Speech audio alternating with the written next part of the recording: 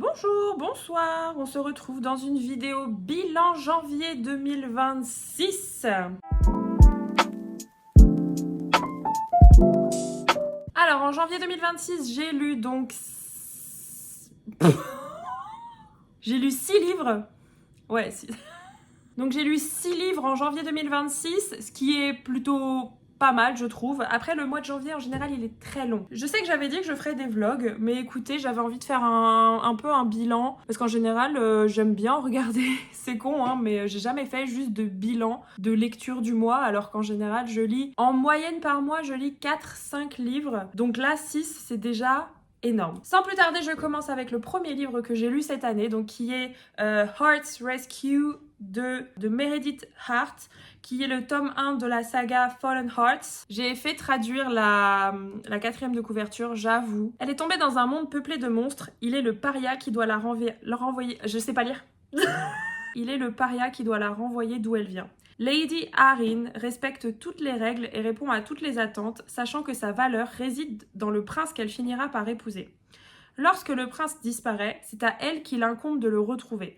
Elle ne s'attendait pas à tomber dans les terres interdites, et elle ne s'attendait certainement pas à ce que le brillant et amer sentinelle, qui est désormais sa seule chance de rentrer chez elle, la traite comme une personne plutôt que comme un trophée. Rowan Undervale vit dans l'ombre de son frère aîné parfait, protégeant leur village et cachant la magie dangereuse qui fait de lui un monstre.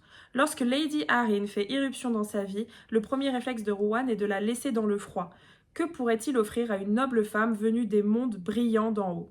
Mais son frère lui demande une faveur. Rowan accepte donc d'aider Arryn, même si cela signifie la traîner à travers une nature sauvage remplie de dangers, de bêtes et de trop nombreuses occasions pour elle de voir la magie qu'il a tant essayé de cacher. Mais plus ils voyagent ensemble, plus il devient difficile pour Arryn de se souvenir pourquoi elle voulait partir, et plus Rowan se rend compte qu'il ne veut pas la laisser partir. C'était super long ou c'est moi qui rêve? Donc il n'a pas été traduit encore en français, je sais pas si c'est prévu qu'il le soit. Ce livre-là, je lui ai mis la note de 3,5 sur 5. Quand on lit un petit peu la 4e de couverture, on se dit qu'on va être dans un monde sauvage, on va être dans un monde aride, on va être dans un monde où ça va être compliqué de survivre, etc. Et que la lady là en question, elle va galérer, nature sauvage, etc. Sauf qu'en fait, finalement, pas tant. Ça, c'est un truc qui m'a pas mal déçu, c'est qu'on n'a pas trop d'éléments de lore, en fait. On n'a pas grand-chose, finalement, à se mettre sous la dent. On n'a pas beaucoup d'éléments sur le monde dans lequel on vit, pourquoi il y a une séparation entre le monde d'en bas et le monde d'en bas et le monde d'en haut. Bah tiens, c'est intelligent, ça. On n'a pas beaucoup d'explications sur ce qui a séparé le monde d'en haut et le monde d'en bas. On a quasiment rien sur l'univers de magie, on n'a quasiment aucun élément sur la magie qui régit ce monde. On sait que du coup Rowan, il a une magie hyper sombre qui fait de lui un outsider, mais finalement on n'a quasiment aucun élément du monde en fait et de l'univers. Alors que ce qui est intéressant dans une fantasy, c'est justement d'avoir tous ces éléments-là, d'avoir ce qui fait d'une fantasy une fantasy finalement, parce que là on sait juste que Lady Arryn elle veut se marier avec le prince, et que pour se marier avec le prince elle se dit bah tiens je vais aller lui sauver la vie, ça va faire de moi sa femme. Spoiler alert, le prince c'est un bel finalement elle se rend compte que c'est pas un mec bien et que Rowan il est plutôt sympa. Plutôt bel homme. Et ça c'est pareil, c'est un truc qu'on comprend pas trop, parce qu'au début il est nommé comme étant une créature, un monstre, qu'il est affreux. Physiquement il a l'air affreux, alors qu'après on a des éléments de physique où on se dit bah juste c'est un humain un peu amélioré, genre il est un peu plus fort, un peu plus grand. Il est fait de sorte à survivre aux éléments de la nature du monde d'en bas, et je comprends pas pourquoi il est décrit comme monstrueux en fait. Du coup j'avoue que j'ai eu un peu de mal avec tous ces éléments là au début de séparation et de racisme en fait. Finalement il y a du racisme entre le monde d'en haut et le monde d'en bas, sauf qu'on nous explique pas pourquoi, on nous dit pas pourquoi, on nous dit juste que le monde d'en haut est mieux que le monde d'en bas en gros, et on n'a aucun élément. Les seuls trucs d'histoire qu'on a, c'est la relation entre Arryn et Rowan, sans nous dire trop le pourquoi du comment en fait. Genre juste ils tombent amoureux, ils sont contents et voilà, tout est bien qui finit bien. Sauf qu'on n'a pas d'éléments de l'univers quoi. Donc j'avoue j'étais un peu déçue quand même. Après c'était une histoire plutôt sympa, c'était mignon. Bon ça cassait pas trois pattes à un canard, mais c'était sympa. Ensuite j'ai lu donc Belladonna de Adalyn Grace, qui est pareil, c'est un tome 1. Lui je lui ai donné la note de 4,5 sur 5. C'était une excellente lecture. Je vous lis le résumé. On dit que 5 baies de Belladonna suffisent pour mettre fin à une vie. Orpheline depuis son plus jeune âge, Signa, 19 ans, a été élevée par une série de tuteurs dont l'intérêt pour sa richesse surpassait leurs soucis pour son bien-être. Chacun d'eux a connu une fin prématurée. Aujourd'hui, les seuls parents restants de Signa sont les Hawthorne, une famille excentrique vivant dans un domaine à la fois éclatant et lugubre. Le père de famille tente de surmonter la perte de sa défunte épouse en organisant des fêtes décadentes, tandis que son fils lutte pour sauver la réputation déclinante de la famille et que sa fille est affligée d'une maladie mystérieuse. Lorsque l'esprit agité de leur mère apparaît, prétendant avoir été empoisonnée, Signa réalise que la famille dont elle dépend pourrait être en grand danger. La meilleure chance pour Signa de découvrir le meurtrier réside dans une alliance avec l'ange de la mort lui-même. Une ombre fascinante et dangereuse qui ne l'a jamais vraiment quittée. Bien qu'il ait rendu sa vie difficile, il lui montre que leur connexion grandissante peut être bien plus puissante et plus irrésistible que ce qu'elle avait jamais osé imaginer. Alors j'ai mis 4,5 sur 5, c'était quasi un coup de cœur. Au début je suis allée un peu dans l'histoire en me disant je sais pas trop à quoi m'attendre, je sais pas si je vais accrocher là à cette histoire de chasse un petit peu aux énigmes. Au début je savais pas trop si j'allais me mettre dans l'ambiance un petit peu, je savais pas trop si j'allais accrocher à l'histoire. J'avais lu quelques avis qui étaient un petit peu mi-figue mi-raisin. J'y allais sans grande conviction, on va dire. Sauf que je me suis très vite prise au jeu des énigmes. Il y a beaucoup de mystères, il y a beaucoup de non-dits. Il y a plein de personnages qui sont assez énigmatiques. Il y a plein de choses qu'on apprend petit à petit et qui nous amènent sur des nouvelles pistes de qui essaye finalement de tuer toute cette famille, parce que bon, c'est pas trop un spoil, ça arrive assez vite, mais il y a des histoires d'empoisonnement. Et en fait, on se dit, mais d'où ça vient, qui leur veut du mal? Et en fait, petit à petit, on se rend compte qu'il y a tellement de choses, il y a tellement d'éléments, il y a tellement de secrets de famille, il y a plein de choses hyper intéressantes et franchement, j'ai adoré suivre un petit peu les mystères et suivre un petit peu les résolutions des énigmes, etc. avec Signa, donc le personnage principal. Et elle peut pas mourir. Il y a la mort qui survient des fois, genre il y a physiquement, il y a une espèce d'ombre là qui symbolise la mort, qui se dit être la mort et qui est pour le coup vraiment la mort, qui la suit en fait depuis qu'elle est bébé. Genre lui juste il est deg au début parce qu'il se dit bah merde alors, genre pourquoi elle meurt pas celle-là. Et en fait c'est hyper drôle leur relation parce que genre juste elle parle avec la mort et je trouve ça vraiment trop drôle comme situation. En plus la mort c'est un vrai personnage à part entière qui l'aide à certains moments, qui pareil il est hyper énigmatique, des fois il surgit, t'es là bah bonjour déjà. Non franchement le personnage de la mort il est hyper cool. Le personnage de Signa en tant que protagoniste principale est hyper intéressant parce qu'elle est hyper bien développée en fait comme personnage. Bon elle est censée avoir 19 ans, elle en fait beaucoup plus. Et franchement genre l'intrigue principale elle est trop bien faite. Du début à la fin on est vraiment dans le truc. À la fin, il y a plein de révélations sur ce qui s'est passé tout au long du livre qui sont vraiment très bien amenées, très bien ficelées. Mais ce que j'aime bien aussi, c'est que le tome 1, il se finit et il y a la fin de l'histoire en fait. Si on lit le tome 2, ça va être... c'est vraiment... On part sur une autre histoire et je trouve ça plutôt cool d'avoir un début, une fin. Si on a envie de retourner dans l'univers, et bah l'avantage c'est qu'on peut y retourner et on a une nouvelle histoire et franchement ça c'est cool. Et je pense que franchement je lirai le tome 2 parce que j'ai adoré aussi l'écriture. J'ai tellement aimé en fait les personnages principaux que je me suis trop attachée à eux. Quand j'ai terminé ma lecture, j'étais un peu triste de les laisser. Franchement, j'ai rien que pour ça, incroyable. Quand t'es triste de laisser des personnages, c'est que vraiment le livre, c'est un très bon livre. En troisième, j'ai lu donc Light Lark de Alex Aster, qui est pareil, le premier tome d'une saga. Qu'est-ce que j'ai foutu à me mettre dans plein de sagas comme ça, moi, n'importe quoi. Et là, c'est l'édition collector que ma meilleure amie, elle m'a offert. Admirez un peu la beauté du... Attendez. Incroyable. Je vais vous lire le résumé. Je sais même pas où il est d'ailleurs dans celui-là. Je sais même pas s'il est noté. Alors, je vous lis le résumé du coup. Le centennal commence. Pour rompre la malédiction, l'un d'entre eux doit mourir. Tous les 100 ans, l'île maudite de Light Lark réapparaît pour accueillir le centennal, une compétition meurtrière à laquelle les souverains des 6 royaumes voisins sont invités à participer. Invités, ou plutôt contraints, car c'est là leur seule et unique chance de briser la malédiction qui s'est abattue sur leurs peuples respectifs depuis près de 5 siècles, corrompant irrémédiablement leur pouvoir. Chacun des 6 adversaires a quelque chose à cacher, d'autant que pour dissiper le sortilège, tous le savent, l'un d'entre eux doit forcément mourir. Isla Callis règne sur les sauvages, un peuple de tentateurs condamnés à tuer celui ou celle dont ils tombent amoureux. Craints et méprisés, tous comptent sur leur souverain pour mettre fin à leur calvaire en remportant le centennal. Mais la jeune reine dissimule un terrible secret. Pour survivre, il va lui falloir tricher, tromper et trahir. y compris quand l'amour finit par entrer dans la danse. Alors, ce livre, je lui ai mis la note de 4,5 sur 5. C'est presque un coup de cœur, mais c'est ma meilleure lecture de janvier, parce que franchement, j'ai été happée du début à la fin. En vrai, au début, c'est un peu long à se mettre en place, parce qu'il y a quand même, du coup, les 6 peuples différents à décrire.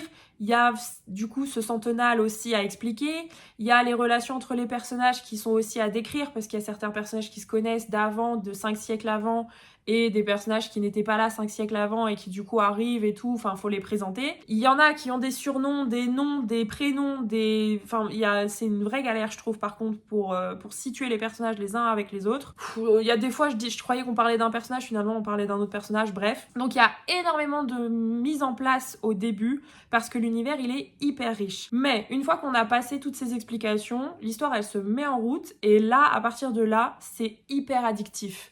Parce qu'on a tout un tas d'intrigues qui se mettent en place. Il y a plein de sous-intrigues également qui se mettent en place. Et franchement, tout est hyper bien ficelé, tout est hyper bien amené. Le fait qu'il y ait tous ces peuples et aussi, ça permet d'avoir plein de subtilités sur les relations entre les personnages. Ça permet aussi d'avoir plein de théories sur la prophétie qui a été dite donc 500 ans avant. Pour libérer la malédiction, là, la prophétie, il y a tout un tas de théories qui sont émises par rapport à ça, notamment le fait qu'il y ait un souverain qui doit mourir aussi, ça c'est le truc qui va rester du début à la fin et qui va vraiment garder l'attention finalement. Et franchement, les personnages, ils sont hyper intéressants, ils sont tous hyper bien construits, ils sont tous hyper bien décrits, on arrive vraiment à les suivre dans le cheminement des théories qui viennent les unes après les autres par rapport à la prophétie, etc. En fait, toutes ces intrigues, elles se mettent bien les unes avec les autres et franchement ça tient vachement en haleine et à la fin je pouvais juste pas lâcher le livre parce qu'il y avait toutes les théories qui explosaient. Il y a eu tout un tas de plot twists à partir de la moitié du livre, il y a tout un tas de plot twists. À un moment donné c'était presque éprouvant parce que vraiment il se passe tout un tas de choses et à la fin on se dit mais purée, mais alors attends, parce qu'il faut que je remette les choses dans l'ordre là, parce que il y a trop de trucs qui se passent, il se passe trop de trucs et franchement rien que pour ça j'ai trouvé ça incroyable. Et ce que je trouve bien aussi, comme pareil avec le livre d'avant avec Belladonna, c'est que on a le fin mot de l'histoire en fait à la fin du tome 1. Il y a un tome 2 et un tome 3 je crois, mais c'est un autre pan de l'histoire. Le centenal, on a le fin mot de l'histoire de la prophétie à la fin du tome 1 et franchement je trouve que c'est cool parce que ça permet de pas s'engager dans une saga avec 7 ou 8 tomes tout en se demandant ce qui va se passer et au final on perd le fil parce qu'il y a trop d'histoires. Livre préféré de janvier 2026 parce que vraiment l'histoire elle est folle. Ah oui, par contre c'est un triangle amoureux, alors ça on aime ou on n'aime pas, moi j'avoue je suis plutôt pas. Mais ouais, il y a une espèce de triangle amoureux bizarre là, à un moment par contre qui se met en place. C'est le petit point négatif je pense pour moi, c'est ce truc de soit lui. Mais à part ça, incroyable. Alors je sais plus, 4e, ouais c'est ça, 4e. En 4e j'ai lu donc Butcher and Blackbird de Bryn Weaver et c'est encore un tome 1. Voilà, parce que je sais pas, en janvier je commence des sagas apparemment. Résumé. Lorsqu'une rencontre fortuite rapproche Sloan et Rowan... Rowan? Encore un Rowan? Lorsqu'une rencontre fortuite rapproche Sloan et Rowan, meurtriers et rivaux, une amitié aussi improbable soit-elle naît entre ces âmes damnées. Il s'avère que tous deux ont une prédilection bien particulière pour les autres serial killers. Des petites villes de Virginie occidentale à la chic Californie, du centre de Boston au Texas rural, les deux chasseurs se lancent dans une compétition annuelle macabre et sanglante qui les oppose aux monstres les plus dangereux du pays. Mais quand leur relation finit par évoluer, ils découvrent alors que les fantômes tourmentés qu'ils ont laissés sur leur passage ne sont pas loin, prêts à revendiquer bien plus que leur amour naissant. Sloan et Rowan parviendront-ils à s'extirper de leur jeu mortel ou ont-ils enfin trouvé un adversaire à leur taille? Alors lui, je lui ai mis 4 sur 5 parce que ça commençait super bien. Par contre, gros trigger warning, c'est hyper gore, c'est hyper sanglant, c'est deux tueurs en série. Donc c'est en vrai assez drôle, mais trigger warning, il y a des scènes qui sont assez explicites et assez gore. Et j'avoue que il y a une scène en particulier où, en vrai, je pense que j'étais pas prête. Je sais pas si je m'attendais à ce que ce soit autant explicite au niveau du gore et au niveau des meurtres. Soyez prévenus. C'est gore, mais c'est quand même hyper marrant. Leur relation, elle est basée sur des meurtres et je trouve ça assez drôle. Je partais en mode, ça risque d'être quand même assez compliqué de les suivre. Et finalement, ils sont plutôt, je sais pas comment dire, en fait, ils se sont bien trouvés dans leur côté psychopathe. Lui, disons qu'il a un petit attrait pour les marteaux et elle, disons qu'elle a un petit attrait pour les yeux, quoi.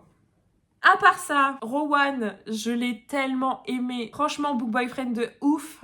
Il est hyper attachant, il est hyper séducteur, il est hyper sérieux, il est doux, il est attentionné, il est tout ce qu'on veut finalement d'un homme dans un livre. Il est parfait. Bon, il tue des gens, mais ça, c'est un détail. Franchement, déjà, rien que pour Rowan, il y a au moins 4 sur 5. Par contre, ce que j'ai un peu moins accroché, c'est le temps qu'ils mettent à se rendre compte qu'ils sont amoureux l'un de l'autre, en fait. Ça prend trop de temps.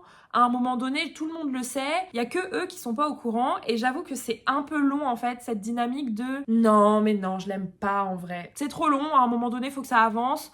Tout le monde est au courant, sauf vous. Il faut s'avouer les choses. Il faut s'avouer les choses. C'est trop long. C'est trop long jusqu'à ce qu'ils se disent les choses. Et à partir de là, ils sont en mode « Non, non, non, non, non. Oui. » Fin du livre. Ah oui aussi, trigger warning, les scènes de sexe sont explicites, très explicites. Il y a une scène où j'étais un peu en mode oula, je pensais pas que je lisais un roman érotique là. Il y a une scène à la fin, si vous l'avez lu, je pense que vous savez de quelle scène je parle. Sachez-le, les scènes de meurtre sont explicites, très gore, mais les scènes de sexe le sont tout autant. En 5e, j'ai lu Terms and Conditions de Lauren Asher, qui est donc le tome 2. C'est un tome 2, dinguerie, le tome 2 de la saga Dreamland Billionaires. Je vous lis la 4e, on change pas une équipe qui gagne. Declan est sur le point de devenir le PDG de l'empire médiatique familial, mais il est confronté à un obstacle majeur, la clause du testament de son grand-père. Son assistante, Iris, lui propose une solution inattendue. Se marier. Initialement, ce mariage devait être la solution idéale à son problème, mais au fur et à mesure que leur amour de façade se dévoile au grand jour, Declan commence à remettre en question leur arrangement. Des sentiments pour Iris s'immiscent, bien qu'ils n'étaient pas prévus dans leur accord, surtout quand lui faire du mal semble inévitable. De son côté, Iris avait un plan simple, épouser Declan, cohabiter et avoir un enfant. Ils avaient établi des règles pour éviter toute complication, des règles qui n'auraient jamais dû être brisées, peu importe la tentation. Mais que se passe-t-il lorsque leur relation fictive commence à impacter leurs sentiments réels? Donc là, on va avoir la trope du fake dating. Et ça, c'est un truc que j'adore. Je sais pas pourquoi, c'est un truc que j'aime bien. Le fait que les gens fassent semblant d'être ensemble jusqu'à ce qu'ils développent des vrais sentiments. Et en fait, il y a toujours ces étapes un peu de « Viens, on a un arrangement. En vrai, c'est pratique. Attention, on pose des règles. » Et puis finalement, en fait, les règles sont complètement abrogées à partir du moment où ils s'avouent leurs sentiments. Et je sais pas, j'aime bien, ça crée des petits rapprochements marrants, ça crée des scènes un peu marrantes, etc. Donc là, je lui ai mis combien d'ailleurs celui-là? Donc lui, je lui ai mis la note de 4 sur 5 également. C'est une lecture hyper addictive et les personnages sont hyper attachants. Et ça marche de ouf dans les romances. Parce que là, on a Declan qui au début, c'est un énorme connard qui pense qu'à lui, qui pense qu'à sa famille, à son argent, à ses intérêts personnels, etc. Il pense vraiment qu'à son travail aussi. Genre sa vie, c'est son travail. Il est futur PDG de Dreamland, je sais pas quoi là. Il vit pour son travail. Et à côté, on a son assistante Iris, c'est un bébou. Elle est adorable, elle est trop mignonne, elle est d'une gentillesse sans fin. On se rend compte en fait un petit peu qu'elle donne tout pour le boulot, pour Declan, parce qu'en fait il lui a donné la chance d'avoir ce boulot qu'elle n'aurait pas espéré, elle n'aurait pas pu espérer avoir autrement. Et donc en fait au début il y a un petit peu cette dynamique patron-assistante, mais c'est surtout genre gros connard et meuf qui se fait un peu marcher dessus. Sauf que elle arrive finalement à s'imposer face à Declan qui est quand même, c'est un peu il est très, je sais pas comment dire, il a un gros charisme. Elle va réussir à s'imposer et à imposer ses règles aussi. Et malgré le fait qu'il y ait pas mal de scènes où elles se disent genre bah c'est bon, c'est terminé, j'arrête tout, j'en ai marre, il me saoule, etc. Il y a beaucoup de scènes comme ça, donc au bout d'un moment c'est un peu fatigant, j'avoue. Mais malgré toutes ces scènes-là, l'histoire elle est trop mignonne en fait. Parce qu'ils se découvrent petit à petit, ils arrivent à découvrir leurs sentiments, ils arrivent à parler, à communiquer. Au début c'est compliqué, mais après ils arrivent à communiquer et ça c'est cool. La communication c'est la clé de toute bonne relation. Ils ont du mal à l'entendre, mais finalement ça finit par rentrer dans la cabeza. C'était hyper addictif, juste en fait. Bah comme le tome 1 d'ailleurs. Hein. Une new romance très classique, mais en même temps qui marche vachement bien. C'est le genre d'histoire qui te prend comme ça et qui t'emmène et puis vas-y viens on va se balader et je te raconte l'histoire et voilà. Et franchement ça marche trop bien et j'ai adoré. C'était un bon gros 4 sur 5. J'ai lu quoi en dernier? Je me souviens même pas. Et en 6e donc j'ai lu Love on the Brain de Ali Hazelwood qui n'est pas un tome de saga. Hop, je vous lis le résumé. Oui, c'était un colosse taciturne, maussade et sombre. Il était secret, introverti. Il avait un tempérament réservé et distant. Je ne pouvais exiger de lui qu'il m'apprécie et je n'en avais aucune intention. Toutefois, s'il pouvait être courtois, poli, même aimable avec tous les autres, il aurait pu faire un effort avec moi aussi. Mais non, à l'évidence, Levi Ward me méprisait et face à une telle haine, eh bien, je n'avais d'autre choix que de le haïr en retour. Comme une Jedi vengeresse aux cheveux violets rétablissant l'équilibre dans un univers d'hommes, Bee, je sais pas prononcer son nom, j'ai jamais réussi à le prononcer de tout le livre dans ma tête, j'y arrivais pas. Voilà. Vit selon une règle simple, que ferait Marie Curie? Si la NASA lui proposait de diriger un projet de neuroingénierie, Marie accepterait sans hésitation. Ouais, mais la mère de la physique moderne n'a jamais eu à co-diriger avec Levi Ward, son ennemi juré de fac. Séduisant et ténébreux, évidemment, qui s'est toujours tenu à des allées-lumière de distance d'elle. Pourtant, peu après son arrivée à Houston, Bee jurerait voir Levi s'adoucir pour devenir un allié, tout en la dévorant de ses yeux verts. Tous les neurones de Bee sont en ébullition lorsqu'elle doit vraiment passer à l'action et mettre son cœur en jeu. Seule une question compte. Que fera Bee? Je lui ai mis 4 sur 5. Les personnages, ils sont tellement attachants. Bee, elle est trop mimi. Vraiment, elle est en mode que ferait Marie Curie, mais pour tous les éléments de sa vie en fait. Et donc, ça la rend hyper mignonne. Je sais pas comment dire, je me suis trop attachée à elle en fait. Elle était trop choupie comme personnage. Et puis le fait qu'elle ait les cheveux violets, qu'elle ait des piercings, je sais pas moi, qu'elle s'habille avec des fringues avec des petites cerises dessus et tout. J'ai trouvé ça trop mignon en fait. Je trouve ça cool d'avoir un personnage qui sorte un petit peu des normes qu'on peut avoir, même dans les romances. C'est assez rare d'avoir des personnages féminins qui sont pas hyper normés en fait. Et je trouve ça trop cool. J'ai adoré Bee, j'ai adoré ce personnage, j'ai adoré sa mentalité, sa façon de penser, sa façon de régir sa vie, etc. Elle a beaucoup d'autodérision, elle a beaucoup de sarcasme et beaucoup d'humour. C'est hyper agréable en fait de la suivre dans toute sa vie, alors qu'il lui arrive des trucs assez horribles à certains moments. Genre vraiment à la fin, il lui arrive tout un tas de trucs et on se dit genre la pauvre en fait, juste j'étais trop mal pour elle. J'avais trop d'empathie pour ce personnage. Elle était... il y a des trucs qui lui arrivent à la fin, c'est horrible et je ne souhaite ça à personne. Ok, bibébou. En face, on a Levi. C'est un grand brun ténébreux, c'est le mec hyper cliché des romances. Pas du tout. En fait, c'est l'apparence qu'il renvoie, mais quand on est dans sa tête, on se rend compte que c'est pas du tout ce genre de personnage. Et finalement, c'est hyper agréable aussi de se rendre compte que c'est pas le mec cliché des romances, grand brun ténébreux, qui est en mode greu, je suis le mec grognon de service, machin. Pas du tout. En fait, il est hyper mignon dans sa tête. Il est en mode, voilà, j'ai pensé à elle, nanani, nanana, j'ai fait ça pour elle et tout. Trop mignon! Il est genre juste trop mignon ce personnage et il a plein de petites attentions pour elle qui sont révélées à la fin. Il a plein de souvenirs avec elle, il fait plein de trucs pour elle en soum-soum un petit peu et tout. Et juste, oh là là, il est trop mignon quoi, Levi. C'est un petit peu des opposés et à chaque fois qu'ils étaient face à face, t'avais lui qui était hyper silencieux, froid, distant et elle qui est hyper extravertie, qui criait, qui rigolait, etc., qui était habillée hyper colorée alors que lui il était hyper sombre, etc. Et je sais pas, la dynamique entre les deux, elle fonctionnait de fou. Je les ai trouvés trop mignons, ça fonctionnait tellement bien. Pareil, c'est une romance assez classique, quand bien même les éléments de science qui sont amenés tout au long de l'histoire, puisqu'il travaille à la NASA, il travaille sur un projet de je sais plus quoi. J'ai pas tout compris, hein, moi j'avoue, les sciences c'est pas mon domaine. Absolument pas. Et en fait, tous les éléments de science qui sont amenés au fur et à mesure, même il y a plein d'éléments sur la vie de Marie Curie qui sont amenés et j'ai trouvé ça hyper intéressant aussi. J'ai appris des choses dans ce livre. Et ça, il faut le noter parce que c'est rare d'apprendre des choses sur la science dans des romances. Bon, c'est pas Nature et Découverte, hein, mais bon, une romance hyper mignonne avec des personnages hyper sains, hyper green flag aussi.